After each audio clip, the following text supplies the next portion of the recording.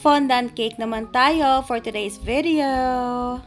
Mga mi, tara na G! Isa ito sa mga pinagmamalaki kong full fondant cake na design dahil sa sobrang dalang ko lang gumawa ng full fondant, hindi pa talaga ako ganon kapulido magbalot ng fondant cakes. Kaya kung makikita ninyo, medyo gulo-gulo din ako maglagay ng chocolate ganache sa cake natin dahil ayun na nga, hindi pa tayo ganun kasanay. Pero syempre, as time goes by, ay natututunan na rin nating maparaanan lahat. Amazing! Order nga pala ito ng ating suki na event organizer, but this time para sa sarili nilang event. O diba, banggahan? And ang theme ng cake na ito is Coco Melon, pang second birthday ng kanyang baby. Kaya sobrang na-excite talaga ako dito dahil, ayun nga, first time nating gumawa ng full fondant na Coco Melon. Kaya medyo maaga akong nagising dito para makapag-prepare. Gulat nga rin ako kasi normally talaga nagsastruggle ako sa paggawa ng full fondant. Pero noong mga time na ito, although meron pa ring pagka-struggle, medyo mabilis ko siyang natapos. Pagpasensyahan nyo na rin pala ang boses ko dahil medyo malat talaga ako at hirap ako magsalita dahil ilang araw na rin ako masama ang pakaramdam. Siguro dahil sa pagod at puyat na rin. Pero ayan, finally bukas, day off na natin. So makakapagpahinga na tayo. Amazing! 7x4 pala ang size ng cake na ito. And then meron siyang kasamang 12 pieces na cupcakes. At then kung makikita ninyo, hindi talaga ako pantay-pantay magmasa ng fondant. Since sakit ko na talaga ang hindi pantay-pantay, kaya syempre, ayan, kinakater natin siya para pumantay. And ganyan talaga ako magbalot ng fondant, paneling method, kasi hindi kami bate ng pasaklob.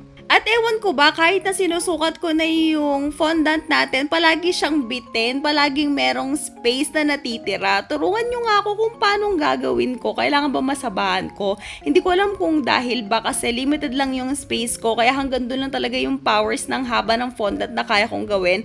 O sadyang wala, hanggang ganyan lang talaga siya. Anyway, ayan na nga, kung makikita ninyo, gumagamit ako netong pamplansya ng fondant natin. Hindi ko alam tawag dito, bali dalawa siya para sa taas and sa side. Tapos, kinakat ko lang yung excess. Tapos, binabanat ko yung fondant para hindi masyadong halata yung mga lines or yung pinagdugtungan ng fondant natin. Tapos, nagdagdag lang din ako ng peyotraco na color green and peyotraco na color blue para sa mas darker green version ng Coco Melon natin kasi yung parang strips na design niya is darker. And sa mga maghahanap ng recipe ng fondant, pasensya na hindi ko kayo mabibigyan ng recipe dahil ready-made fondant po ang ginagamit natin palagi, DLA, dahil wala na talaga akong time na gumawa ng sarili ko. Pero kung gusto niyo maraming recipe dyan online, hanap na lang kayo. Pero kung mas prefer nyo naman ng convenience, ayan, suggest ko na bumili na lang kayo ng ready-made kasi as per my calculation, yung amount of time and yung gastos sa pagbili ng ingredients and yung effort mo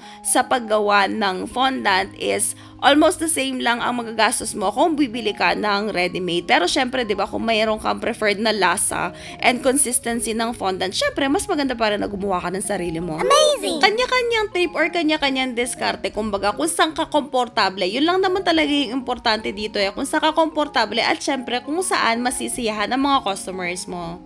At ayan na nga, nabalutan na natin yung cake natin finally. Kaya ito, ilalagay na natin yung mga toppers natin na syempre fondant din. At ginawa ko na ito 1 day ahead of time para for the tusok na lang tayo.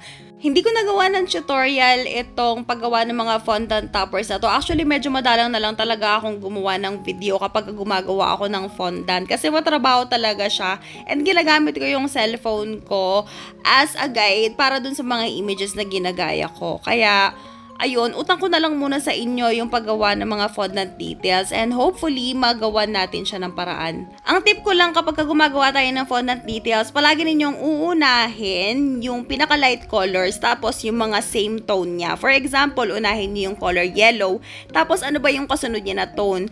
Green or orange. Para ma-achieve niyo yung green, haluan nyo lang siya ng blue. Para ma-achieve niyo yung orange, haluan nyo lang siya yung red. At ito na ang final result! Wow!